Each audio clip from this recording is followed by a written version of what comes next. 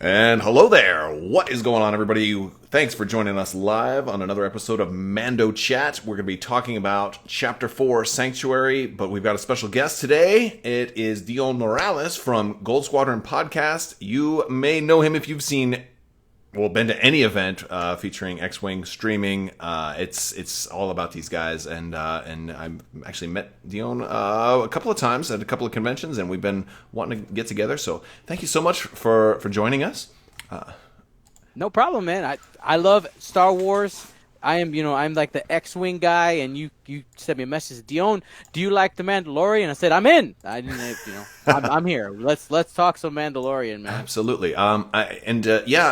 So for anybody who doesn't know what you guys do or is not familiar with Gold Squadron, why don't you fill us in on what it is you guys do and what you guys have been up to lately?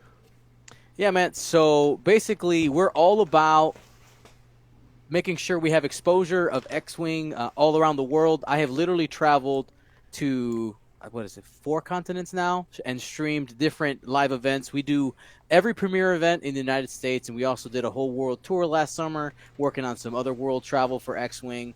And we stream live X-Wing matches. We also do tutorials for X-Wing, teaching people how to play. And we also have live content on our Twitch channel. 5 times. Right now, 5. Hold on, let me look at my schedule. 5 times a week. That's busy right now. That's a busy schedule. I can relate to an extent, but I don't do nearly as much travel as you do, and it's. We talked a little bit about how much travel you end up doing, and it's pretty overwhelming. How does that kind of weigh on you? It's got to take a toll. Well, it's one of those things where I love the game and I love the people involved with the game, so it stays fresh and fun. The hardest thing is making sure that I'm still having fun in order to relay that to everybody else, because then it's, people know right away, like, oh, you're not having a good time, and sometimes I'm not, and we've got to rectify that to make sure that it's all worth it. Absolutely. But it's been great, man, and of course we take everything we got and we toss it on YouTube and all those things. Just basically search Gold Squadron Podcast. You'll find it. You actually were one of the first people I knew that were doing a lot of Twitch stuff and restreaming it over to YouTube. So, yeah. Because I know I like to watch a lot of things while I'm at work, and they have Twitch blocked, but I only have access. I don't know what you're talking about. Yeah, absolutely. No, I'm sure some people out there might know what I'm talking about. But yeah, and so sometimes you just don't have access to one platform, or maybe you don't have an account with the other one or whatever. So it's nice that you're available in both places. And especially with some of this COPA stuff that might, there's this uncertain future with YouTube right now. So being on multiple platforms is really, really cool. Yeah. Yeah, we actually hit a roadblock recently. We have just started now uploading to YouTube rather than actually streaming to YouTube as well. Okay. Because Twitch, I got a message from Twitch like, hey, you guys are doing great. You're growing on Twitch, but by the way, we're not so happy with you streaming to 2 platforms at once because you're an affiliate and all that. It's like, oh, we're going to stop. So no kidding. So we unfortunately we can't go live to YouTube anymore. We go live to Twitch, and then we upload later edited cuts of the games. But we have the largest. If you want to watch X-Wing, come to our channel. We literally have the largest library of X-Wing games in the world. All kinds. You're always doing casual to premiere, everything. I mean, it's funny too, because I know FFG has been trying to stream some of their stuff. And it's funny when you watch them because they're still new at this, and then I watch your setup, which I am really envious of too, by the way, especially the way you do the whole tray green screen, the dice roll over it's beautiful. If you guys, so anybody watching, if you haven't seen a Gold Squadron podcast, a game of X-Wing with them, it's amazing. They've got larger tokens, so they're easier to see on screen. They got the dice magnified in this translucent kind of transparency and this overlay right over the top of the screen. It's absolutely brilliant, so I'm very, very, I'm going to tell you a secret. I went and bought a green dice tray that I was going to try and replicate that, but I've realized it was so much effort into I'm like, you know what, I'm just, no, it's too much setup, and I'm not, I got lazy, and I'm like, I can't I probably could, but I just like, no, I'm not gonna do it. I'm not gonna because I don't only do like battle reports and games. I do like a little bit of everything, and I'm like, if I was dedicated to just to quality, like you guys, I'm not dedicated. Wait, what? All right, let me stop. Let me quit while I'm ahead. If I really cared, no.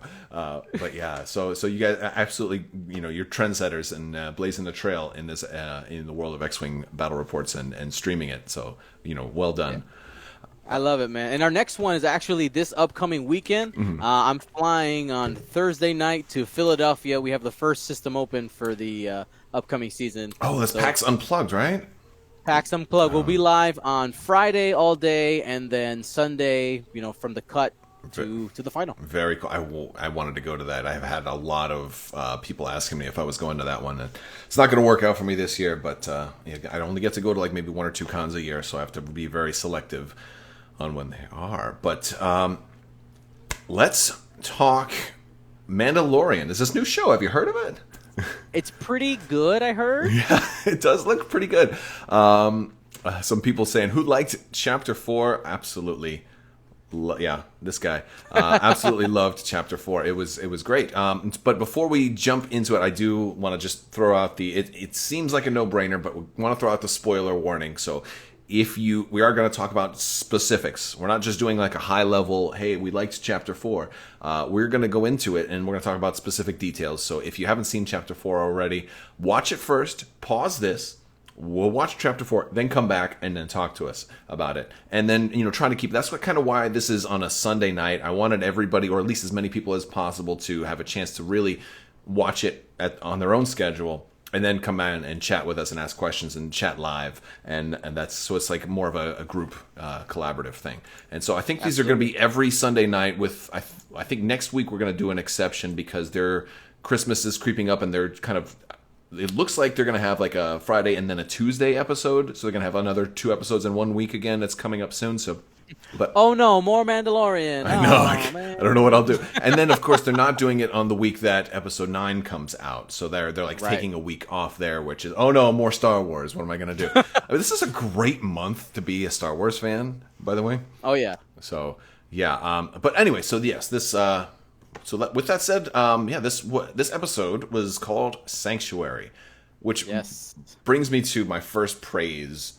of the way they're doing this show is if you go and just like watch like the rundown of the episodes, they're just called Chapter 1, Chapter 2, Chapter 3. They don't tell you the name of the episode until you're already, 10 minutes into the episode. You have to be into the episode, and so it's not spoiling anything. Like they're really good on spoilers for this. And that was something I used to get so upset about. With shows like Star Wars Rebels or whatever, how they'd be like, okay, here's the next 5 episodes, their titles, and they would publish this stuff. It'd be on your local listings. It'd be on like TV Guide or whatever. So it was always full of spoilers, like, oh, the death of our hero that's the name of the last episode. What? No, why would you tell me this? So yeah, like, could you imagine if like the first episode was called like Baby Yoda arrives? It would have been like everybody would have been gone crazy. So I love that they kind of introduce us to this village of these people, and it's happy music. So right away like this can't last. It was too happy. But like I guess spotchka is like a drink that I had. It sounded familiar, but I guess I'd never heard of it before. Maybe it's because it sounded like vodka. Yeah, maybe. I hadn't heard about it in the Star Wars universe. Yeah, they used the krill in order to make it, which we'll hit on it a little bit later. I'm looking at my notes. Oh, yeah, excellent. But, this man comes prepared. Just like everything. Dude, you really came prepared. I have less. I have less notes. I have pictures, though. So I'm very visual. But, man, I just being able to see the world building that the Mandalorian is doing, I just love that. Just being able to see different aspects, which some people want to like, oh, I want the action, just get straight to the story.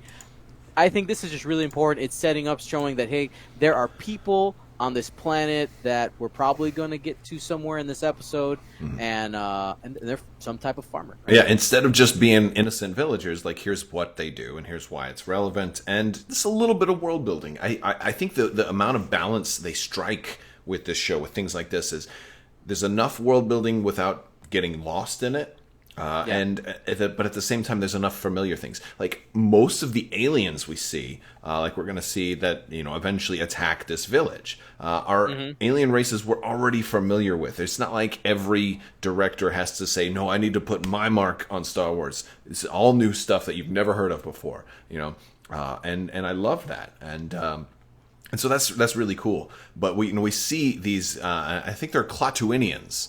That come and attack while this this mom takes her child and is hiding, and the suspense was actually really good in this opening scene. Oh yeah. So one thing, I got to watch this over Thanksgiving at the in-laws, so I had to watch it like on my phone, okay, and then on an iPad, and I didn't get to actually watch it with good audio until I got home today, and the hearing, you hear the ATST, right? In the background, if you listen really carefully. Well, I thought I heard something. I wasn't sure what it was going to be, right? But yeah, you hear one of the like "chachakakong" sounds, and immediately I'm like, oh man! Like I wish I would have. And that is a recognizable sound. The first time you knew exactly, like, all right, there's the ATST. Bad stuff's about to happen. You do, and that's actually this was directed by Bryce Dallas Howard, Ron Howard's daughter. She was in Jurassic World, those movies as well. So a lot of people may be familiar with her. I didn't know she was a director because I don't usually follow directors, but I've got to say, this episode was pretty good, like top notch. Yeah, absolutely. Like for me not knowing much about her, now I know who she is. So she's definitely left an impact with me. But I loved these Klaatuinians too, because I think I recognized because I was watching with closed captions because I've got 3 kids, they're noisy, and so we almost always watch with closed captions. I don't want to, but it's just become a necessity because little things you're like, wait, what did he say? And you get so tired of rewinding things, and the subtitle said in Klaatuinian, and I'm like, in Klaatu. And I know that guy because I had the Return of the Jedi, like the C-3PO bust, and I had every figure. And I remember like reading all the names, and I was like, and it was funny because they had a Klaatu, a Barada, and a Nikto. And I was thinking, wait, which came first, Army of Darkness or Return of the Jedi? Because but yeah, so that was like that's pretty cool. These guys were from Return of the Jedi, but they've been that race has been in a couple of other things since. But it's just another, like hey, more people we're already familiar with. And I really liked that as well. So you kind of get the whole opening scene. They raid the village, and then they leave. They do a lot of damage, kind of like that classic trope of raiders. And then they've set the scene, and that only took like 5 minutes, But they gave you the whole scene. Now you know everything you need to know. And the amount of detail in these shots is actually fantastic. So just a couple things right? So they go ahead. They start by they're destroying the tools. They're breaking the fishing baskets. You see them stab the R2 unit actually with the electroprod too. Yeah. Right. And the fact that they have they don't have blast. Most of them don't have blasters. They have some type of spear. You see, like, I'm not sure if it actually is an electro spear or if it's just a spear and it sparked because you got a droid, but it's some type of spear. It's a limited charge. Weapon. Yeah, it seems like a stun gun, the equivalent of like a stun gun. Yeah. And then the thing I really liked was that the leader, this guy who we have on screen right now, he has what honestly just looks like a shotgun. He does on his shoulder. He right? Absolutely does. And so like that's why he's the leader because like he got like the one gun that was left. Right, because that is just a hand action reload. I'm like that's not a blaster. That is a it's very pirate looking. Yeah, it is very like his whole look is like he's got the bandana on and everything, and it fits the theme. Like they wanted you to think they were ground pirates in on Star Wars. So I mean, it's piracy, and that's a classic Star Wars mentality too. So yeah, no, it was a good scene, a good opening, and I think I was sold with this one. I definitely was. We then kind of we get the title sequence. They tell you it's episode 4 Sanctuary, and then they pan out back to the Mandalorian, and oh my gosh, Baby Yoda. I mean, honestly, I thought I would have gotten tired of him by now, but I'm just not. Nope. Just not. I don't see it happening. Maybe when he becomes a teenager and he's like, gosh, somebody did. And honestly, this show is creating so many memes And like Oh, it's Baby great. Yoda is like the king of all the memes right now. But there's more. But like it's insane. Yeah, and it's one of those where it's not a bad thing. It's something that's joining the community together, which I think is really awesome. It It's is. just the what the child is doing. We both have kids, right? So, Yeah. right, he's doing stuff he's not supposed to, right? He's playing with the buttons, and he's literally like looking at the Mandalorian, his father in this, father replacement, and Yep. just looking at him as he reaches over, like Yep. that. Fantastic. It's amazing, and like because he did it 3 times, and it's like the third time he's like, but what if I watch you when I do it? Like, you're not looking? Oh, it's just beautiful. It's absolutely fantastic. And just hey to everybody in the chat that is just joining us. Yes, we are. This is all live, so if you got questions or points, raise them up. We will definitely try to get to those. But yeah, So absolutely. I want to take a sec and talk about those button presses. So I have Okay. because one thing he was doing, I was like, I wonder what's happening. And when I was able to go through the audio, I have guesses as to what each of those buttons. I have a guess, at least on the third one. I thought the first third ones one? were insignificant, but go ahead. Okay. Well, my guess is I thought the third one was he tried to jump into hyperspace without planning coordinates, and that's why, because he leaned over really quick to shut that one off, where he was more Okay. casual for the other ones. But what do you think? So I think the first one is like a release of waste, right? Just We know there's a bathroom from the first right. episode. Like we've seen it, right? And you see the Mando just kind of casually, just like boop, just like turn it off, no big deal. Second one, I think is shields up. Like I heard the sound, I was like, That could did be. he turn on the shields? That could But be. yeah. So and he actually does also go over and turn those off. And I think I thought the third one I like yours better. The hyperspace. I had put down here some type of like he turned off the stabilizer or something because you did see the ship like It was a little bit of a rumble. Yeah, it was. Yeah. It was something not good. I mean, at a certain point, like I love the amount of detail because I am sure that Jon Favreau knows exactly what all of those buttons do. But at the same time, like the down to earth fan of me, like I've got the fandom level, and then I've got the hey, let's be a realist. The realism part of it is like they're just buttons to show that he's being cute and he's being mischievous, right? Like the buttons don't really matter as far as storytelling goes, but because it's Star Wars, like the cynic in me is like, I really want to know. Oh, so Nick J from the chat thinks that it might have been a cloak that maybe they turned on. He turned off the cloaking device. Could be significant later on, absolutely. So that is, but no ship that small has a cloaking device. False. Yeah, false. Yeah, we've seen like lots and lots of small ships with cloaking devices. So I feel that admiral was just dumb, right? He just he's that guy in charge who's saying things that he doesn't really know. He's like the General Hux and like, well, you fools, we will crush you. Wait, I gotta say it again? Okay, hold on, I'll say it louder this time.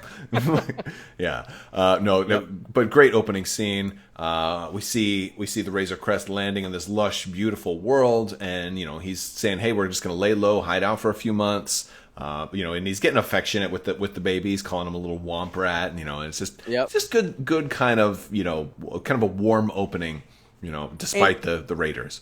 And a little bit of juxtaposition here. In the first 3 chapters, you see him just kind of move him around. At one point, we see almost like a scruff of the neck. Yes, yeah. Actually, when he presses the button the third time, he like gently picks him up and places him on his lap. That's right, and that's really good. That's what's great about that too is you're seeing gradual flow, things that make sense. And I think one thing a lot of people aren't going to realize is that can be really hard to do when you've got multiple directors. Every episode has a different director. And that was one of my biggest problems with episode 8. Granted, I do like episode 8 a lot, despite its flaws, which there are quite a few. But one of the biggest problems I had with episode 8 is like it didn't feel like it was a coherent vision from one movie to the next. It felt like episode 8 was a standalone Star Wars movie. And I thought it was a good standalone Star Wars movie, but I didn't want it to be that because different director problems. But we're not seeing that here. I'm not seeing that here. I'm seeing like a cohesive vision with different shots, different angles, and different emphasis on, because each one is its own kind of microcosm story, but done so well. And so I'm really appreciating what these directors are bringing. So it's like, and that also comes down to Jon Favreau and his writing. Like he's making sure, like, all right, here's where we start. You guys make it look good. Yeah, exactly. It's like I'm sure he must be involved. Like this is one of those shows. Even though we have Disney Plus, I could see myself like buying the DVD releases just for that behind the scenes commentary, the making of. I could really see like, and it seems like that would almost be a waste. Like the money conscious version of me is like, don't do that. You have Disney Plus. You can watch it over and over again. But I'm like, yeah, but I'm for the first time in a long time, I'm really curious about like the commentary and the behind the scenes. Disney, we know you're listening. Just do it. Yeah, you can have my money. Just you can make more money. Let's go. Yeah, or make a Disney Plus premiere. Plus. Yeah, Disney multiplies. Yeah. But yeah, no, like this kid is just so cute, and for the longest time, I didn't know if they were using a puppet for Baby Yoda or if he was CGI completely. And I mean, I think from what I've heard, it's really a puppet, and they're just using CGI to touch up the parts, which is the blending is just perfect. Like it's so good. There's not a single scene, a shot where I was like, oh, that one didn't look that good. Like no, every scene looks great, and he's funny too. Like, yes, like the humor here is, it's not like it's not like Poe Dameron humor. It's just like it's very subtle. It's like original Star Wars humor, where it's just a little funny, but you don't expect it. You know. Well, puppetry is one of those things where, if done right, it just like think about Yoda, right? Like the actual Yoda, right? When you watch those movies, I remember being a kid, and like, this is real, right? I was convinced that Yoda was a real being in the world. But obviously, you grow up, you realize it was just a puppet. But like, how was that a puppet? That thing was alive. It's got facial expressions. It all makes sense. They've convinced us that it is a real thing. Yeah, no, absolutely. It's and it's the fact that it's so different than human makes it a lot easier to sell. Like the big black eyeballs and the things that make it more characteristic, more alien. Just allow it to, for us to accept it that much easier. It's just absolutely beautiful. But yeah, so I think some people are asking did they use CG on the eyes? I think the puppet had probably large black eyes, but I think the CG is just to enhance what's already there. Yeah, you can work the light. Most likely, most of the CG work happens when it's doing major movements. So, like for instance, when it was walking down the ramps and things like that. And by the way, since you mentioned walking, like I think that's one thing that they've completely nailed in this, because when he has been walking, it even looks a little bit puppet-like. Like it's not like a little dude just with his strut. Like he's, it's like how you would make a puppet walk, but very different than how like IG-11 walked in the first episode, because he walked like very robotic, and it was not natural, but it was perfect for a Star Wars, for an alien or a robot. It's what you expected for that character. Yeah, exactly. It was something, and seeing him walk, it's the same way how like when you would see Yoda walk in Empire Strikes Back, it wasn't it literally was a puppet, and so I think they've tied this in. It's like it's not what I was expecting to see, but it's what I think I wanted to see that I didn't even know that I wanted to see. So yeah, really, really cool stuff. So we were talking a little bit before we started about Galaxy's Edge. And did you go to the one in California or the one in Florida? California. Okay. So I don't know how many of you guys watching. I'm curious. Let us know in the comments if you have been to Galaxy's Edge. But like when they show up and they go to this inn, it really reminded me, because I've only been to the one in Florida because I live here in Orlando. But it's like there's a part in Galaxy's Edge where you can buy food and stuff that looks just like this kind of bar that he goes in. It's a little more outdoors, but like I feel like that wasn't an accident. I think that was deliberate, like design structure. Like, hey, this is a very let's kind of give a throwback to that. I don't know if if you thought that at all, or but I kind of got. Oh, I think we just had a dropout, but we're going to keep going. Oh, and welcome back. Okay.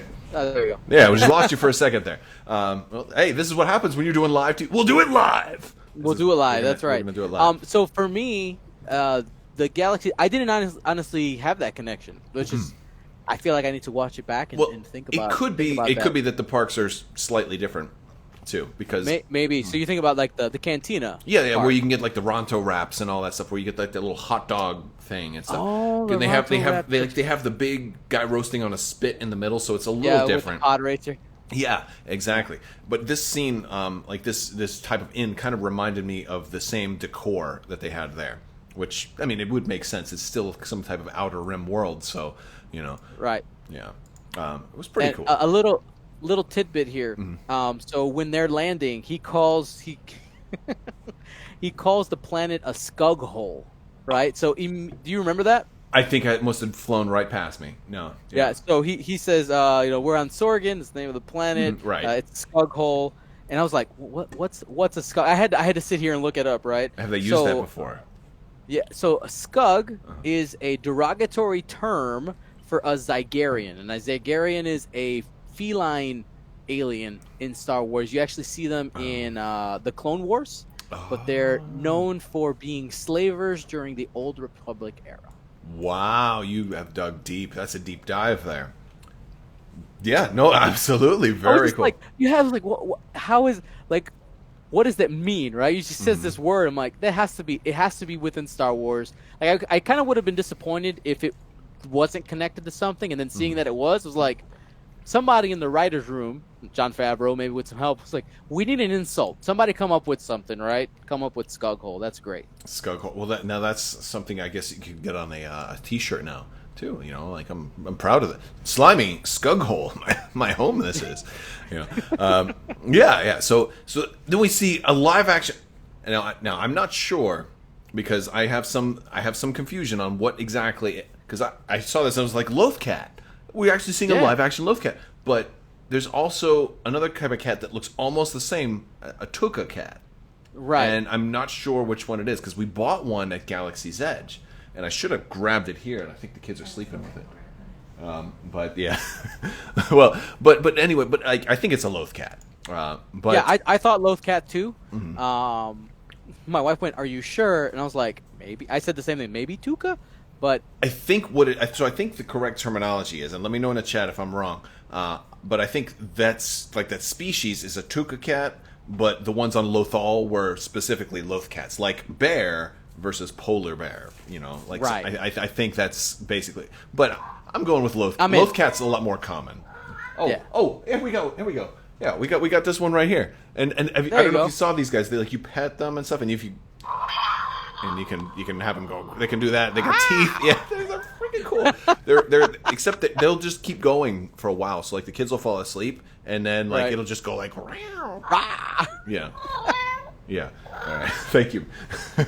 So yeah, no, they're awesome. I was just overjoyed to be able to get stuff like that, and because this is one of those things. Somebody asked Dave Filoni a while back if he was excited about with the show to be able to do things like hey, are you excited that maybe now you have the chance to do a live action Ahsoka? And the grin that came on his face, it was one of those is I can't say anything, but you just and it really makes me think we're going to see Ahsoka. I don't think she has any place in this show, but eventually I think with Disney Plus gives just this vehicle for Star Wars to have.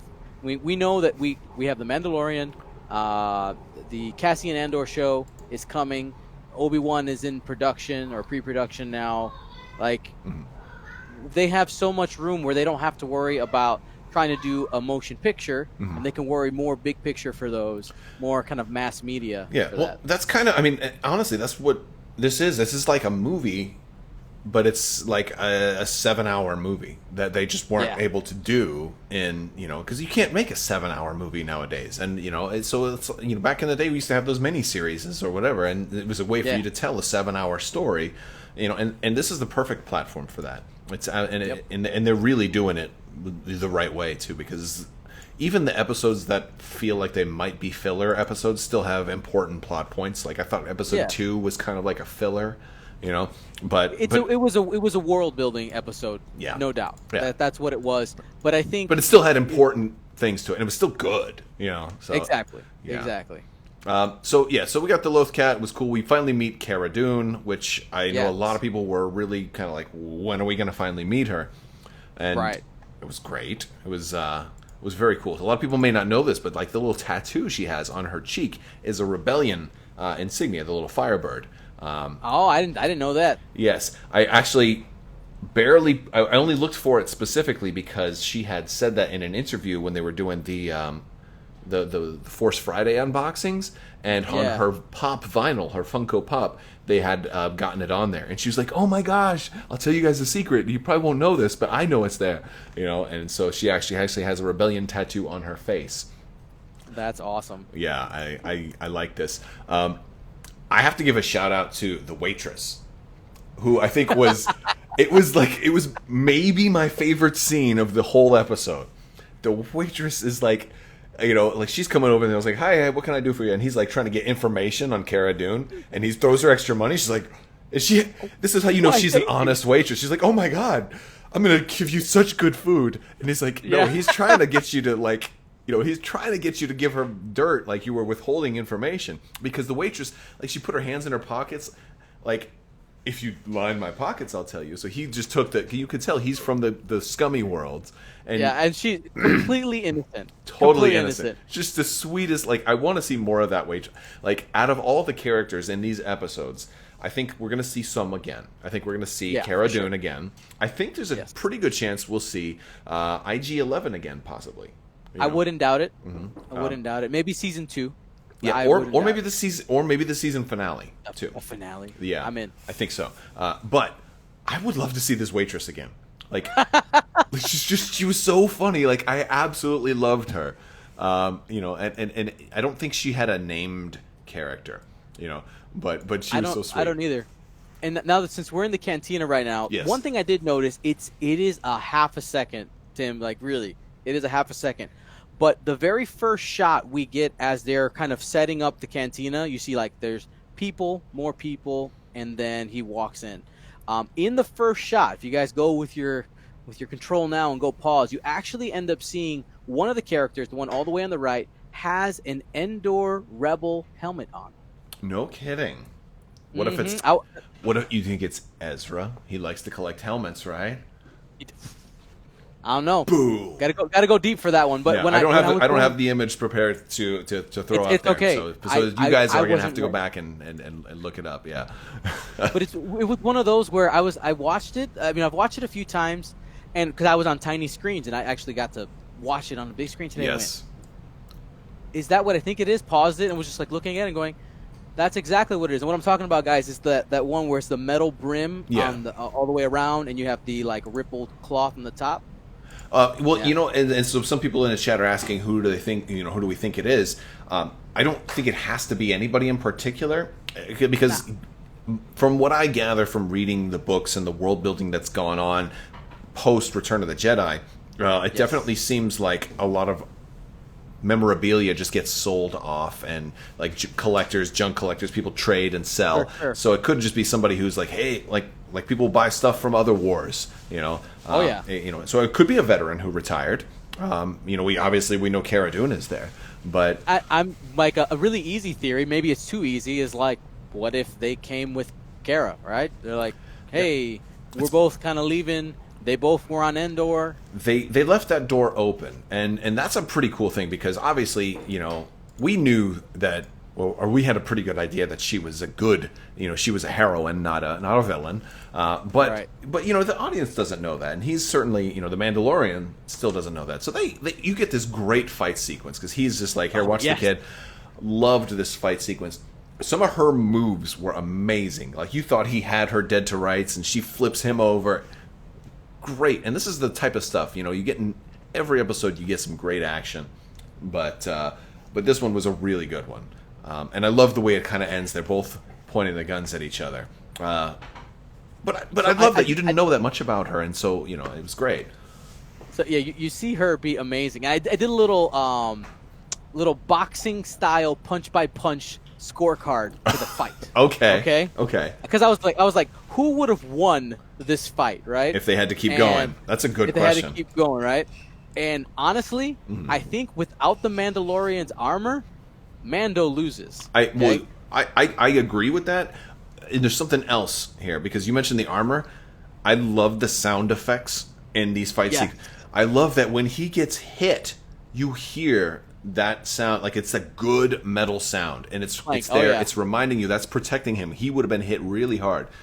My only complaint is, I know at least in one scene in the Clone Wars one of the clones goes to punch a droid, and he's like, "Ow!" because he's just hitting metal. Like Right. she punches. Now she's probably got reinforced gloves. I'm going to give it to that. I'm not going to read too much into it. But there was a part where she hit him in the helmet or something like that, and I was like, that should have really hurt.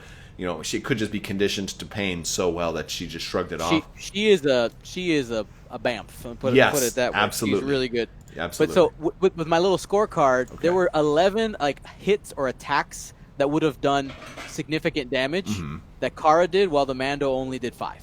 Nice. No, She blocked most of his attack, and it was just ridiculous. It was like, man, she's established herself as don't mess with Cara. Yeah, she's the at heavy, minimum yeah. his equal. Yeah, no, absolutely. I think she's and honestly, she was really the one who kind of saved the day multiple times. You know, she had. Oh yeah. If we're keeping score of just heroic kind of events, she was the star of this episode.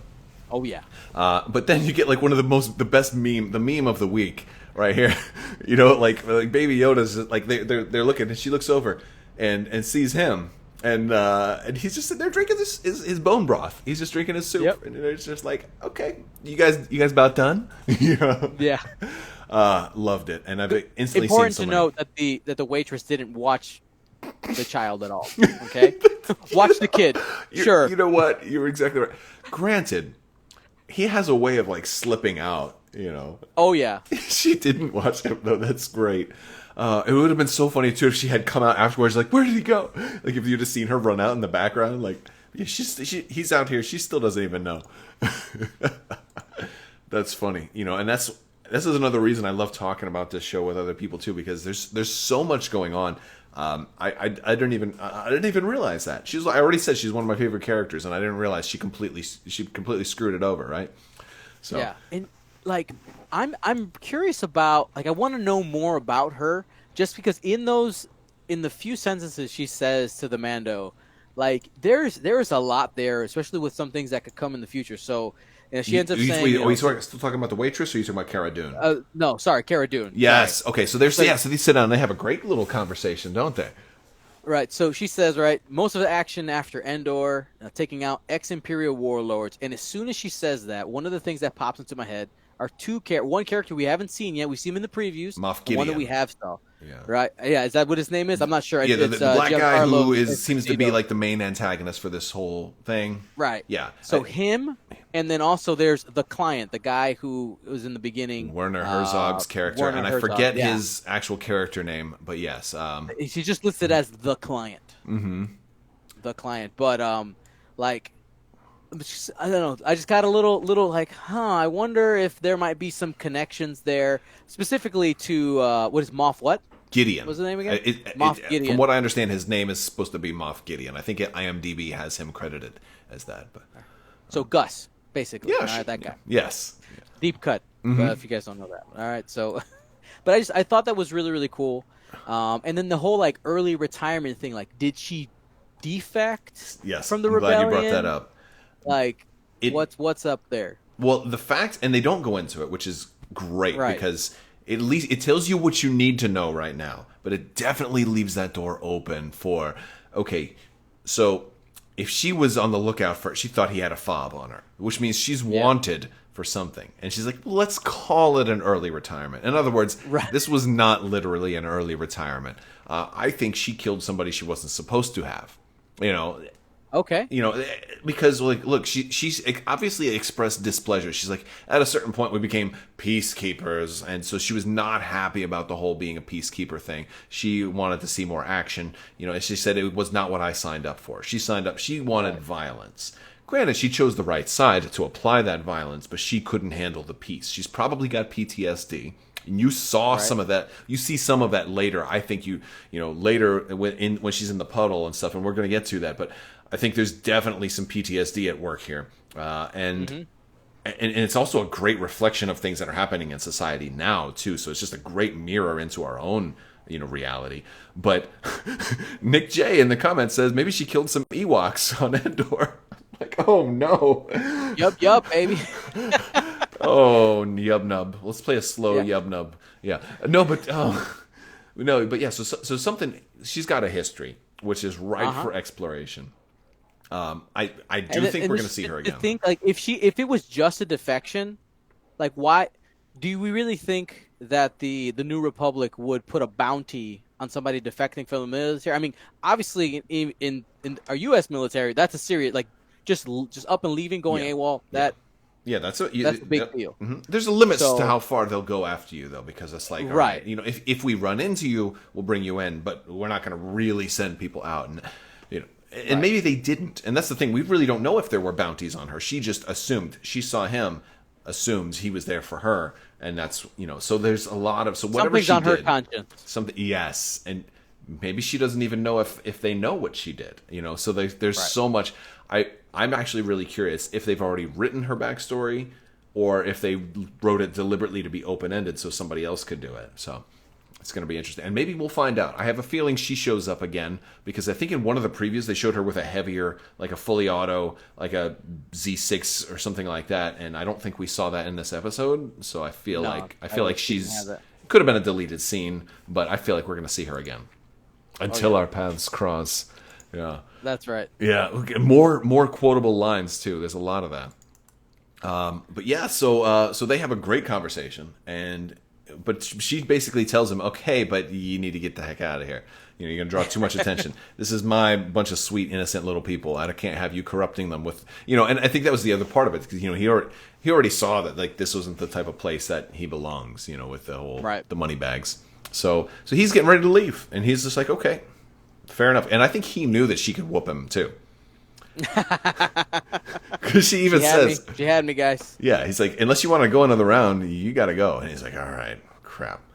All right. So Because it then cuts to a scene where he's packing up. He's like, all right, we're gonna just do a couple tweaks here, and we're getting it he's going. absolutely packing up. And that's when, the big twist comes in where these guys come in and try to convince him to go with them. An interesting thing here is we're seeing a lot more of the, like, droid astromechs piloting shuttles. You see that again on these guys that are coming in. Yep. And that's pretty interesting because I guess had never seen that before in Star Wars. There was always like somebody driving a speeder, and it makes a lot more sense to have droids piloting it. Honestly, He was a pilot. he was in Star Tours, but now he's a DJ. He is a DJ now. You're right. No, that's cool. Like I really like that aspect of them doing that. So that's cool. But yeah, and then so he's not interested in doing any kind of bounty work for these guys until they tell him they have that they're out in the middle of nowhere, and that catches his attention. So I was like, okay, that works. Maybe he thinks they can both coexist on this planet. Maybe he doesn't have to leave. Right. I think that's what I mean. It might have been something else, but I think that was kind of what he was looking for. It's like, where can I hide? This city center is obviously too busy. I'm already running it. I'm already getting into fights. My first day here. Can't take you anywhere, Mando. Exactly. I can't trust the waitress to watch the baby Yoda. She already failed it. I gave her like 300 credits and she kind of blew it. So but yeah, so he goes and kind of recruits Cara Dune, and I guess she I dug a little deep in this section. Okay. Because I noticed something, because my wife and I, driving back from Ohio, we were talking about this scene. And I said, I need to watch it one more time, because I think there might be a thread here. Maybe this is going a little too deep. Okay. But, so, in the opening scene, when the Mandalorian comes over, right, in his ship, you see Omara, the mother, look up. Oh, is that what her name was? Her name is Omara, yeah. Oh, I didn't catch that. Okay, good. Because I was actually that's good information because that changes one of the points I was going to make earlier. But okay. All right.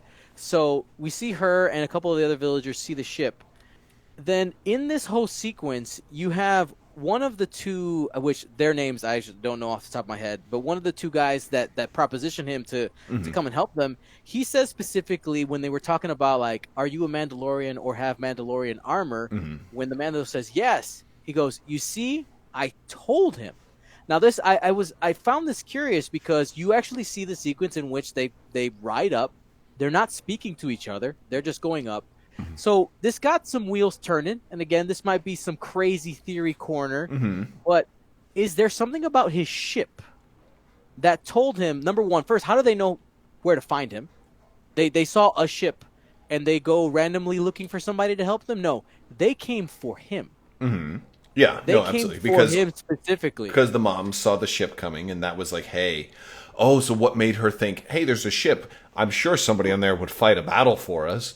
Exactly. And these And now, people know that there's an ATST out there, right? right, exactly. And it's one of those things, one of those where it's like, they knew, or at least some of them were pretty confident, hey, that might be a Mandalorian.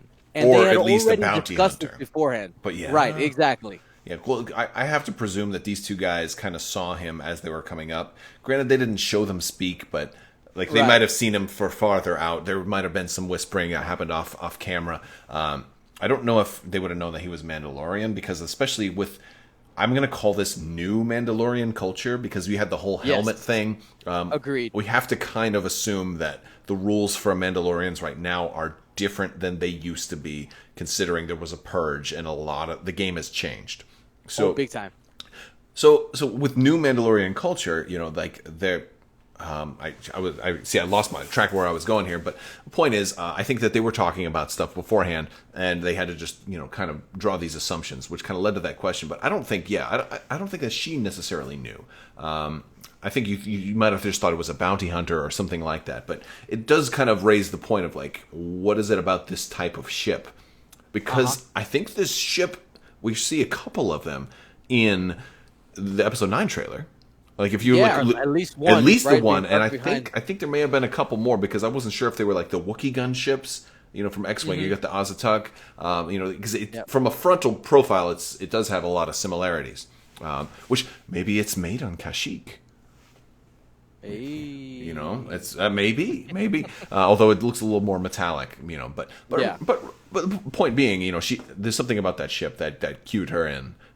And again, it could have just been like, hey, look, it just made sense for the show to have that too. But it's always fun to dig deep into that, because what if, right? Right, exactly. And it's just them going to look for him specifically, the owner of that ship is who they were looking for. Yeah. I just found it interesting. I think, I think it was easy to figure out that they knew where to go, because there was probably one big town, right? The way where he went with the bar and stuff, that was obviously like the spaceport, or the biggest settlement. So common sense, like, well, if you're landing here, you're probably going to Mos Eisley Spaceport, because that's the biggest hive of scum and villainy that you're going to find. Right. So that's, but I love the conversation he has, and like the cinematography of like this shot of him and Cara Dune kind of like chilling, like the calm before the storm, like on this transport. They're talking some more, you get some more dialogue, and I just like the way that they're sitting across from each other, like two warriors who like have already fought each other. They have that respect, Right. And it gives them a chance to bond a little bit too, because I get the feeling the next time we see Cara Dune, she's going to be fighting with him again, and oh yeah. I would have hated to have felt like they just said, "Hey, we need a tag team partner for our hero.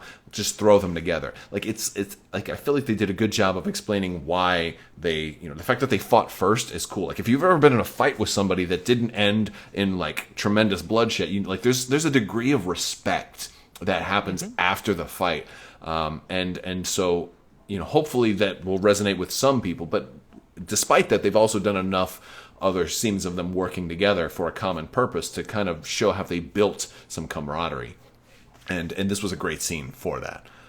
Nick J in the chat says Mando, Cara, and IG-11 Avengers. I think that's gonna happen. I mean, if you look at like the scenes at the end, the thumbnails for it, they're showing all three of them.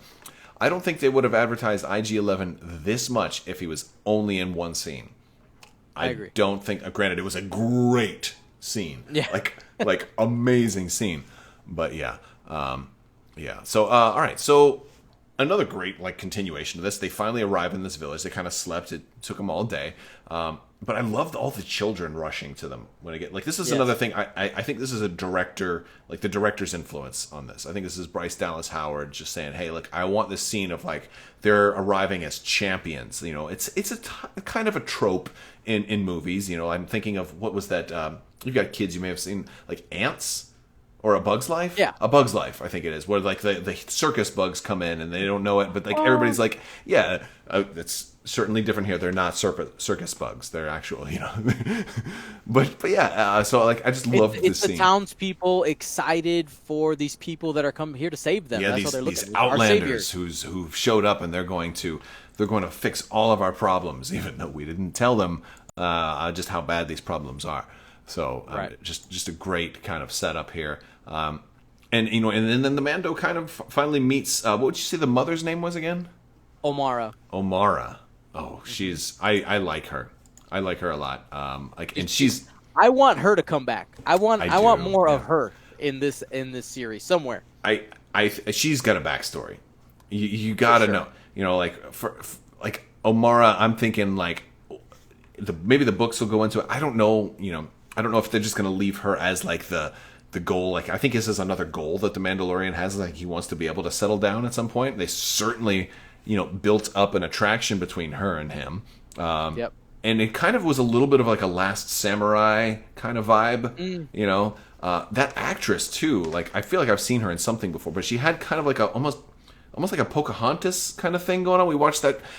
I don't know if that sounds weird, but like that was a cartoon, the cartoon movie. Yeah. I watched that a lot with my little sister when she was young, and Yeah. like I saw her, and that was the first thing that snapped into my head because she kind of, just kind of has a resemblance to like that kind of strong female character, and you can tell. Yeah, very stoic. Yeah, Yes. yeah, like her profile and everything. She's got a lot more strength than she appears to have, yeah. So no, I love this. You get the daughter coming in. Like Amanda almost frightens the daughter too. So you see. Oh yeah, Winter's sneaking up. She's sneaking up, and he's like, "Shoot, no." Freaks him out a little bit. It does, and so I thought the daughter was going to be important because I didn't know that Omara had. The chat is saying Mara Jade is is the fact that Mara is in her name, is that a little nod? I'm like, ooh, I don't think so, but wouldn't that be something? What if Winta is Luke Skywalker's long lost daughter or something like that? Oh, gosh, could you imagine? start the conspiracy theories now. No, I don't want to go that far because that's what'll happen though. Is like fans will build something like that up so much that when it doesn't happen, like Snoke really wasn't built up that much in the movies, but the fans, they're just like, well, he must be, Yeah, it took it a little crazy. I think I misspoke. It is Omera. Is with an E. Omera. So sorry, I already broke the theory. Omera. Sorry, guys. Omira. Well, they did. Mira? They knew that we would have thought it was Mara Jade, so they deliberately changed it to throw us off the scent. But the truth is, no. Yes.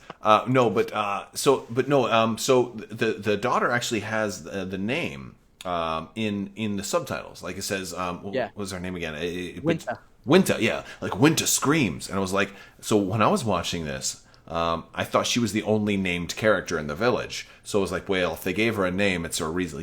Usually people are unnamed, but if they give somebody a name, that's usually some indication that they're either very, very important to this episode or you're going to see them again. And while Winta was only partially important, she was still important, but she wasn't like crucial to this one. Right. I think that's evidence that we're going to see her again because they gave her a name, and I don't think she really needed to have a name, but. Right. She was the main interactor with the child, Baby Yoda. She was, and that was I loved that. She asks to feed him, and she wants to go out and play with him, and oh my goodness, like just the way he like his eyes widen, like those little details in the CGI are absolutely breathtaking. Like I honestly found myself being brought to tears with how cute this was, and I don't really want to admit that to everybody, but like this episode just started getting cuter and cuter in a world that's been so dark and gritty. And the music, right? Like I feel like really good. It was great here. Like, and they took like the same melodies that they have been using, which I've come to really have grown on me. I was unsure about this new type of score that they've gone with, but they applied those same like stuff that might have been in a minor key and now played it in a major key, right? And it's like it's so much happier now, but it's still familiar. So the way that they scored this episode stands out, I think, to me. Fantastic. I love what I know his first name is Johannes, but just the composer, he's done an amazing job. Absolutely amazing. Just the combination of it's it's Star Wars what you're used to music, but it's just adjacent, just close enough where there are your classical orchestral instruments in there, but he's taking some modular sounds, he's changing up some things. That main kind of wind instrument sound you hear is literally a bass recorder that's been Is it really? It's a recorder, you know, that thing that all yeah. of you guys play in fourth grade, but it's Hot a cross bass buns. version of it, and it's just been it just has effects on it, Wow. right? And it's just really cool sound that he was able to get. Yeah. No, like this guy's earned like a lot of cool points. That's just amazing, though. I really liked that. The next scene, we get into this like where she's talking to him, and obviously this was like I think meant to be like the first time where you see some type of like closeness between them two, and like not as much as it wasn't really intimate, but it was kind of an intimate setting. The kids are gone; it's just you and me now.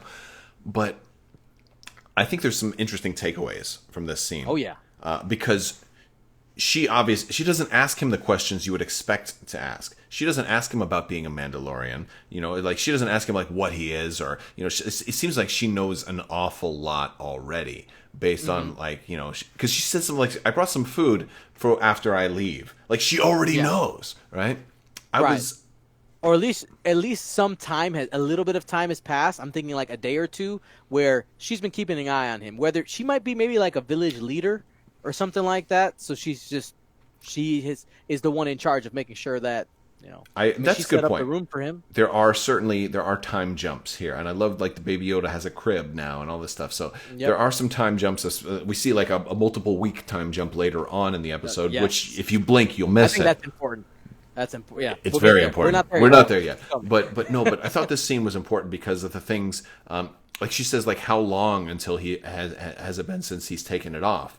You know, and he goes yesterday. She's like, no, I mean in front of other people. You know, so like that just implies that she has at least been off this world before. She knows a lot more than the other villagers seem to.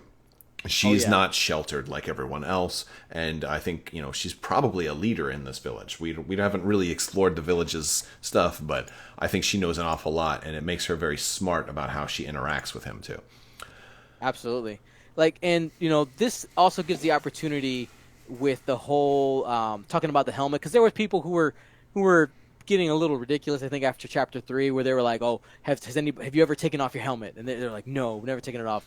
They're like, "Oh, do Mandalorians eat?" You know, got people just getting a little silly. Like, sure, of course they eat. Well, I had my own silly theory about like, well, then they must all be female because the dudes then would have beards growing down to their belly buttons, right? Right, exactly. But I mean, it was good that they clarified it though, because exactly you had to know, like, guys, they're normal people.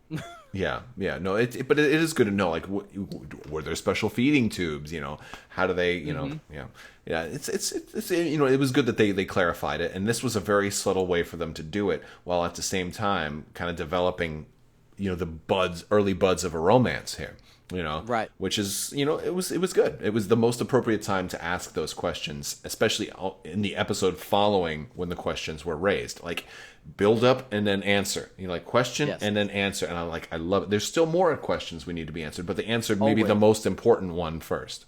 It was like, yes. And with the whole helmet thing that we've been talking about, people were, well, what about the Clone Wars? We saw Mandalorians taking off their helmet stuff. And I think you're right. This is a new clan. I kind of look at it almost like denominations in religion. Yeah, right? I can see that, yeah. So this might just be a different way to be a Mandalorian. This is the way.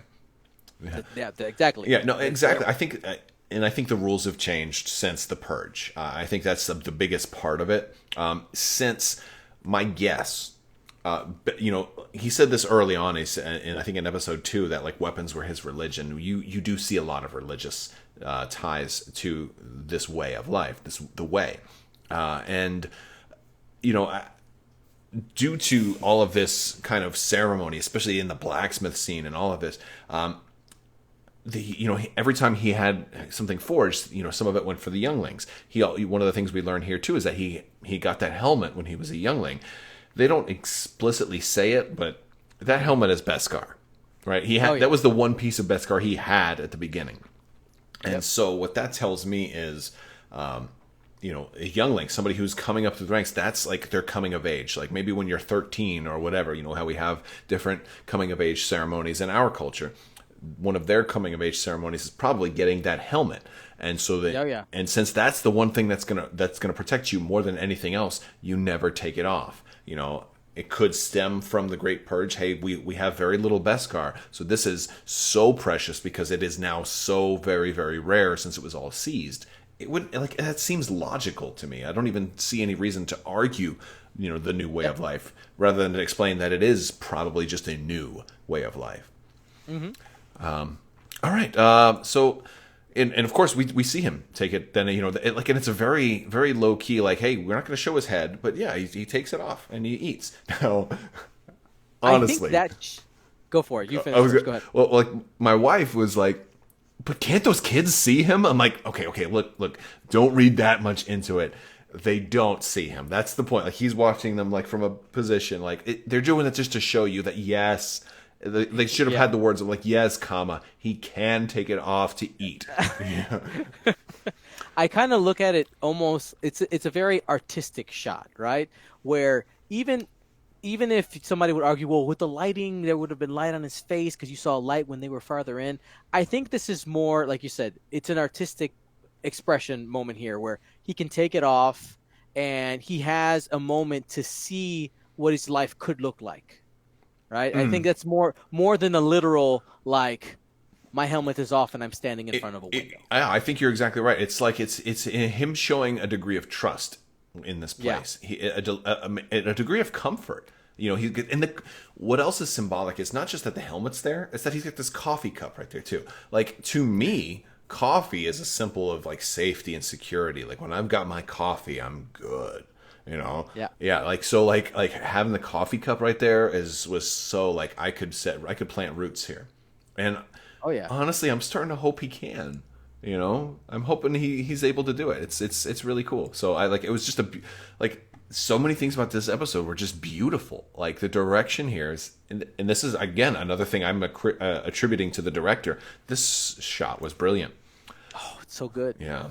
So then, next day he goes out with Cara Dune, and they're like, "All right, let's start doing our job." And of course, they come across the footprints, and I love that she called it an ATST. Like, I don't know, like they don't usually say they don't usually say the model numbers and all this stuff of things. It's just like an X-wing. Exactly. And then he also says Imperial Walker. Right? So like that's kind of what you would say, or Scout Walker. Like back in my day, we used to call them Chicken Walkers. I don't know why everybody just did. Maybe it's because the toy kind of had the chicken legs or whatever. But yeah, it was also in ATST. But like you never hear them say that. And like when just hearing Gina Carano say ATST, I was just like.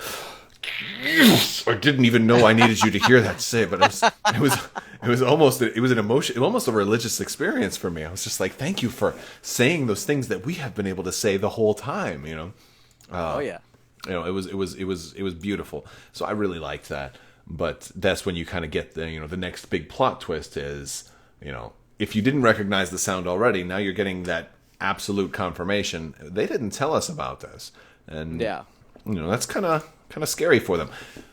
Cool thing about it though is their reaction is not what I expected, because maybe it's from years of playing video games. Like I don't know if you played Fallen Order or at all or not yet, but like I'm playing it right now, not too far in. I'm playing it right now. Well, in a lot of video games they have you face an ATST as a single person.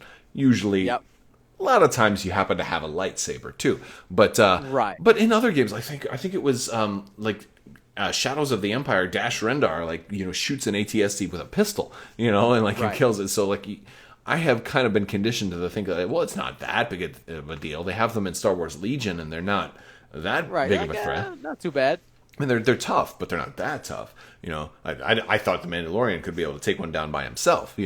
But they kind of frame it, and it's maybe a wake up call to everybody who's played a lot of video games is like these things are really really nasty. And they're supposed to be. It's taken out entire battalions of soldiers. Exactly, or a company. One company, yeah. A company, yeah. So like 200 fighters ish, And And so he's just like, y'all have to move. He doesn't. He's not even nice about it. It's like, you're done. Let's get out of here. You know. Yep. But I love it, and this is also another scene where you get Mira saying, "It's like, we're not leaving." So this is where she steps up and takes that leadership role. And she's brave too. It's just another, like, there's so much more to her, you know. And I loved it. It's like, it's stuff we don't need to know, but you know, it's like, I just loved it.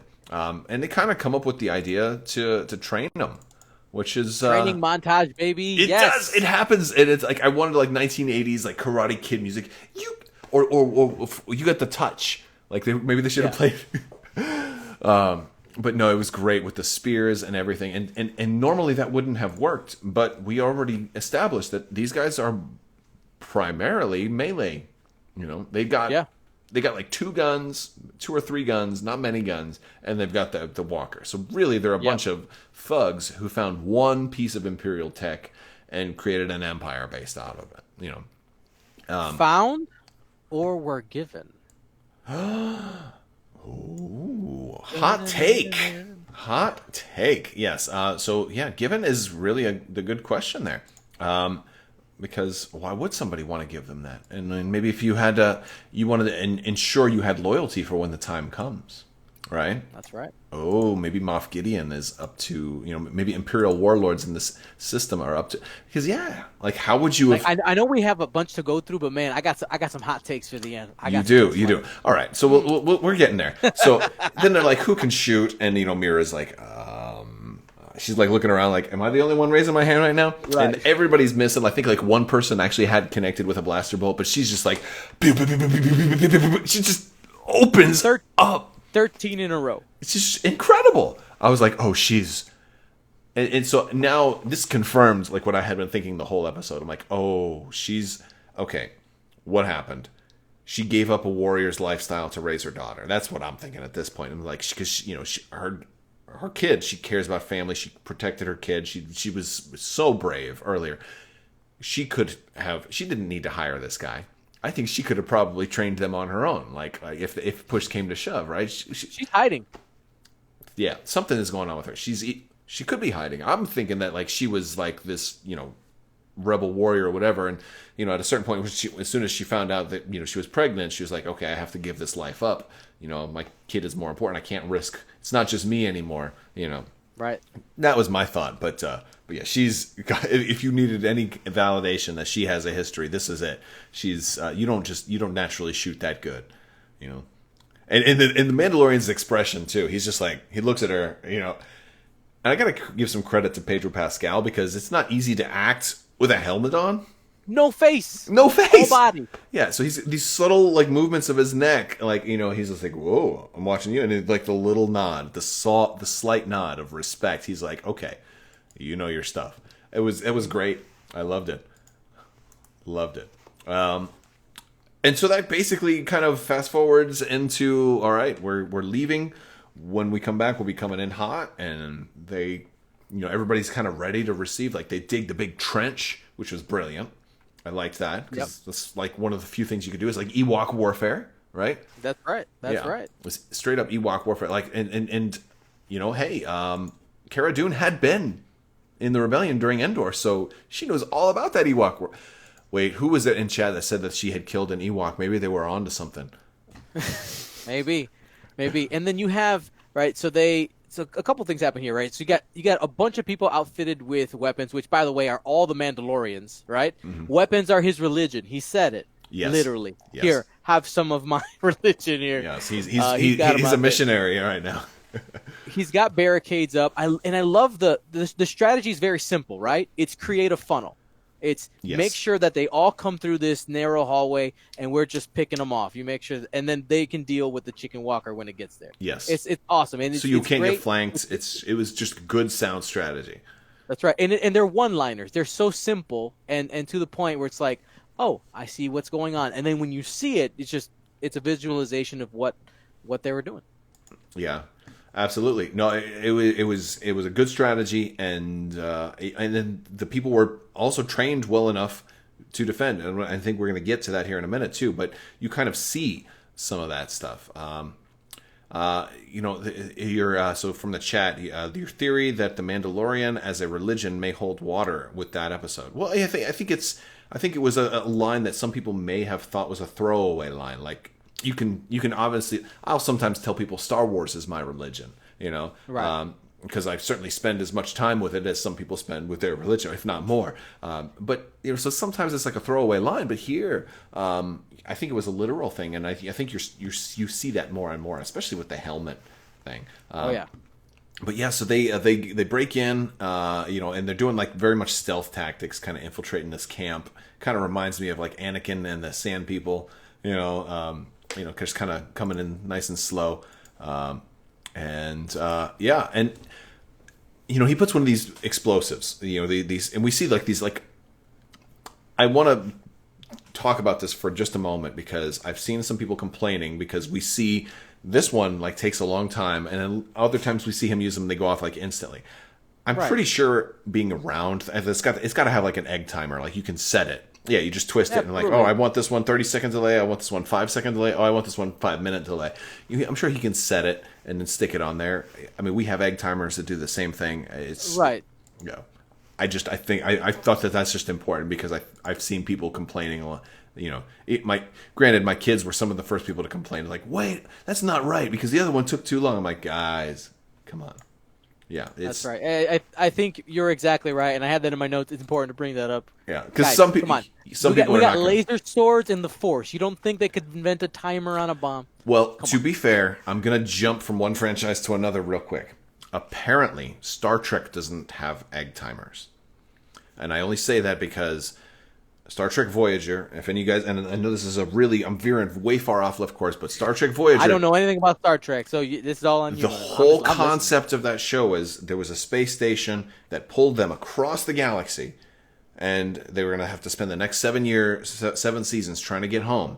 They could have used the same space station to send them home, but they couldn't because then bad people might have gotten a hold of the technology after they left.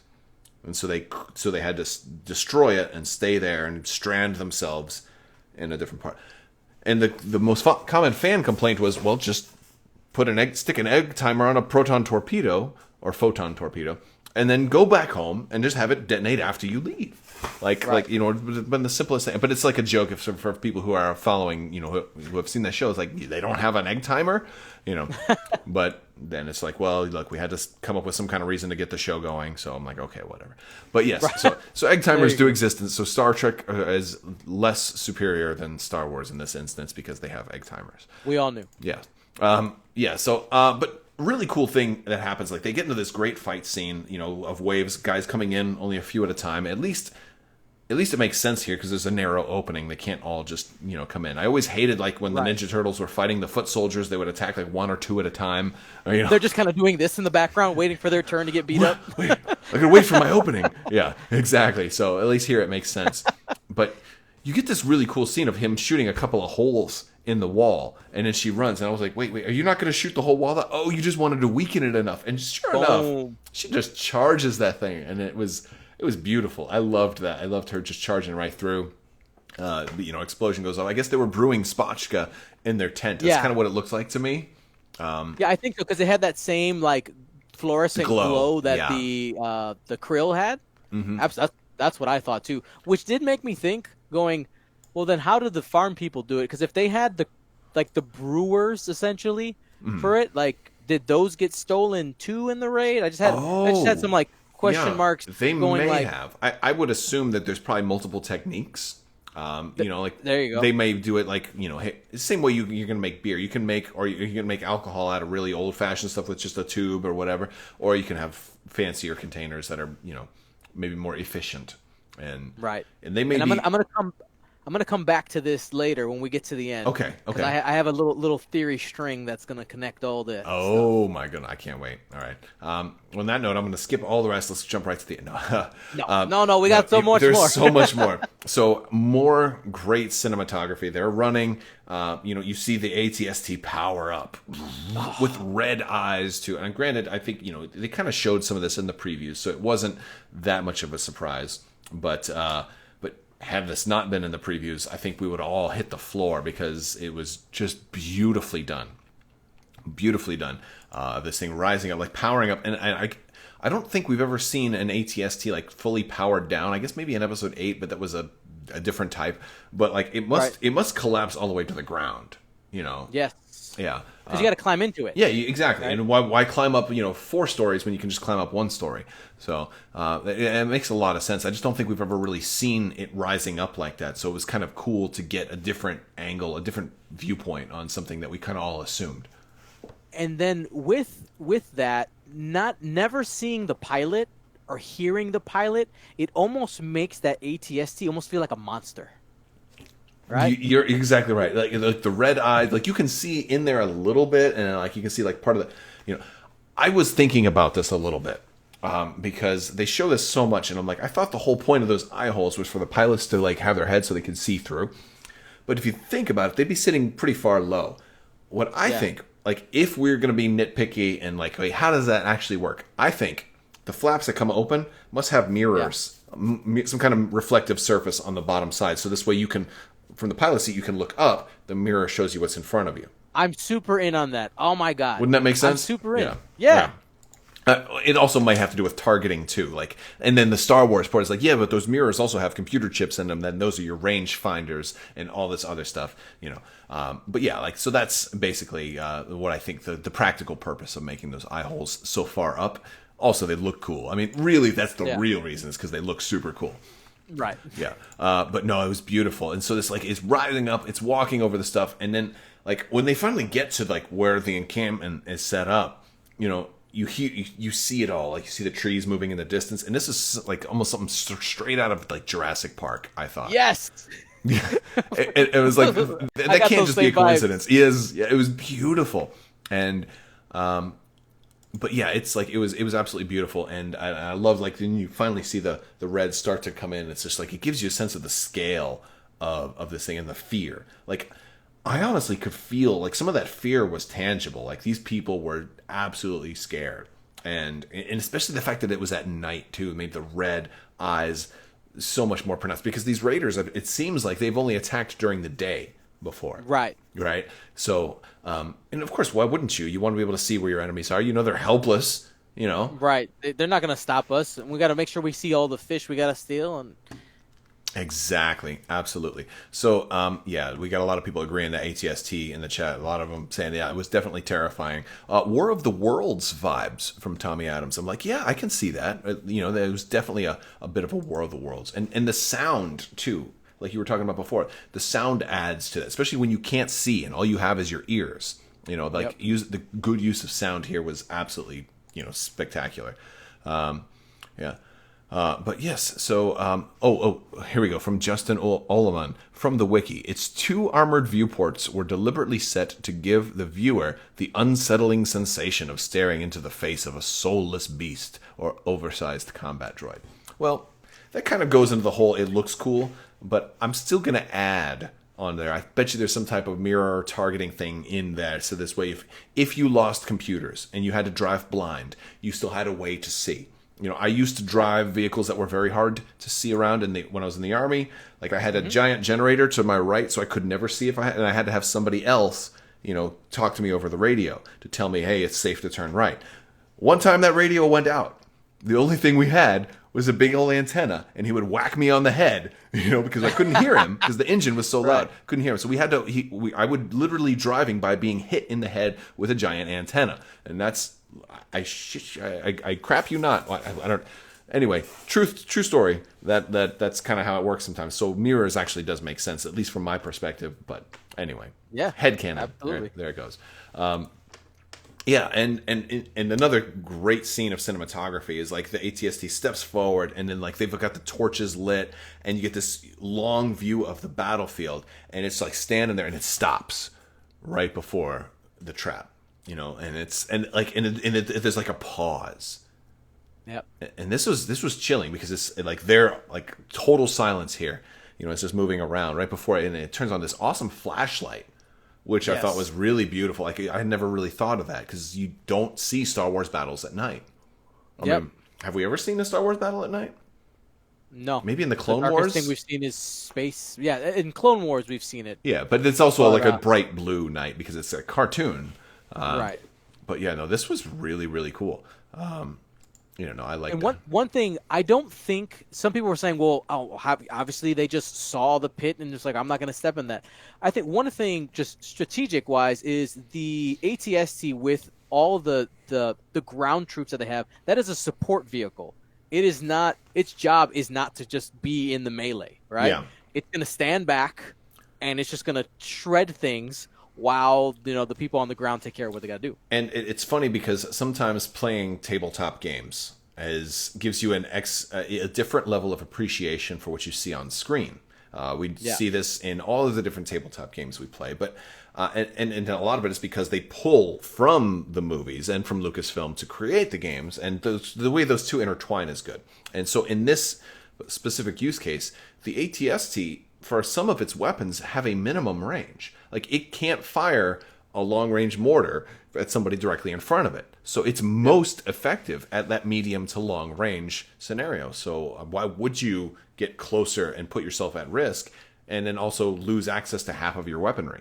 So yeah, Right. like, it makes sense why they would want to stay far. Like, there has to be a good reason to go farther forward than need be. So Right. like, it made sense. And it would also, in addition to like it stopping there, that also made for a really interesting battle that we're getting ready to see. Oh yeah. So yeah, we see the flashlight come on. We see some of these guys like start charging. They it blows up, like it fires like a warning shot at some of the huts. A house. Yeah, so they just blew up a house, and I was like thinking, this is part of like the cynic in me, the nitpicker in me is like, wait a second, if this village is your sustenance, why are you like destroying like the dude steps on the basket at the beginning, like I get it, it was just to be terrifying, but I'm like, wait, if they run out of baskets, they're not going to be able to get your krill. Like, careful with how much you want to. I get maybe it's just part of being a warlord. And you're like trying to inspire fear. To keep the people subdued. But like at a certain point, like don't do too much damage because then there won't be anything left when you come back. Oh yeah. Yeah. But yeah. So this one was we have this great fight. And then Gina Carano, Cara Dune has like this the great plan of like, hey, let me see the pulse rifle, and Mando's like, yeah, absolutely. And this Doesn't is hesitate. He doesn't at all. This is how you know she's totally earned his respect, and I think the fight had so much to do with it.